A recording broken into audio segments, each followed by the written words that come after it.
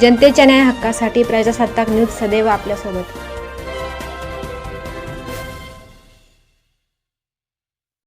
अत्यंत आनंदाची गोष्ट आहे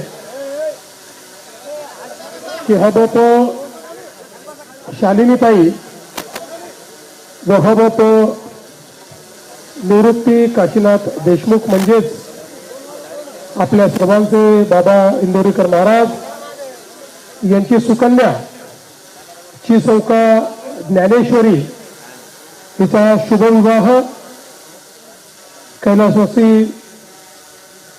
या ठिकाणी सौ मनीषा व श्री सुनील विष्णू चिलक यांचे चिरंजीव साहिल यांच्यासोबत आज संपन्न होतोय। या ठिकाणी नुकतंच 4 वाजता एक ध्वजारोहणाचा कार्यक्रम देखील झालेला आहे। परमपूजनीय स्वामीजी गगनगिरी महाराज यांचा सप्ताह देखील या ठिकाणी होणार आहे,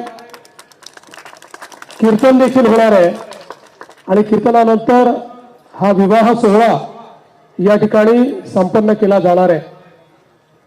मला अतिशय आनंद आहे की आम्ही सगळे या सोहळ्यामध्ये या ठिकाणी उपस्थित आहोत। आमचे या जिल्ह्याचे लोकप्रिय पालकमंत्री या ठिकाणी राधाकृष्ण विखे पाटीलजी, डॉक्टर सुजय विखे, त्याचप्रमाणे दोन्ही युवा आमदार अभिजित भैया आणि विवेक भैया या ठिकाणी उपस्थित आहेत आणि सर्व महाराजांवर प्रेम करणारे या ठिकाणी निमंत्रित भगिनी आणि बंधू, आपल्या सर्वांचं या विवाह सोहळ्यामध्ये मी अतिशय मनापासून स्वागत करतो आणि ईश्वराला प्रार्थना करतो की ईश्वराने चिसौका ज्ञानेश्वरी आणि चिरंजीव साहिल यांच्या जीवनामध्ये सुख, समाधान, आरोग्य, ऐश्वर्य द्यावं।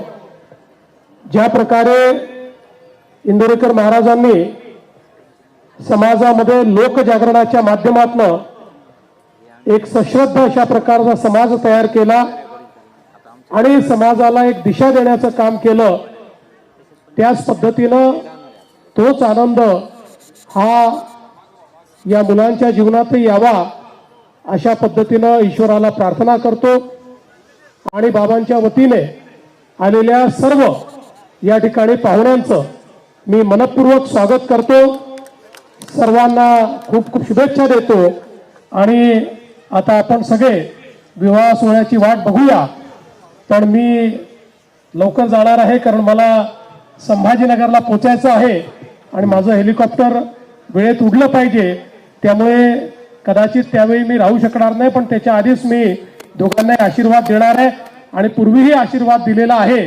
त्यामुळे मला असं वाटतं की आज या आनंदाच्या क्षणी आम्ही आपल्यासोबत उपस्थित राहू शकलो, याबद्दल अतिशय आनंद आहे। आपण निमंत्रित केलं त्याबद्दल आभार मानतो आणि माझं बोलणं संपवतो। महाराजांना विनंती। आपल्या परिसरातील ताज्या घडामोडी पाहण्यासाठी आजच प्रजासत्ताक न्यूज 24 ला सबस्क्राईब करा आणि रहा अपडेट। तसेच लाईक अँड शेअर करायला विसरू नका।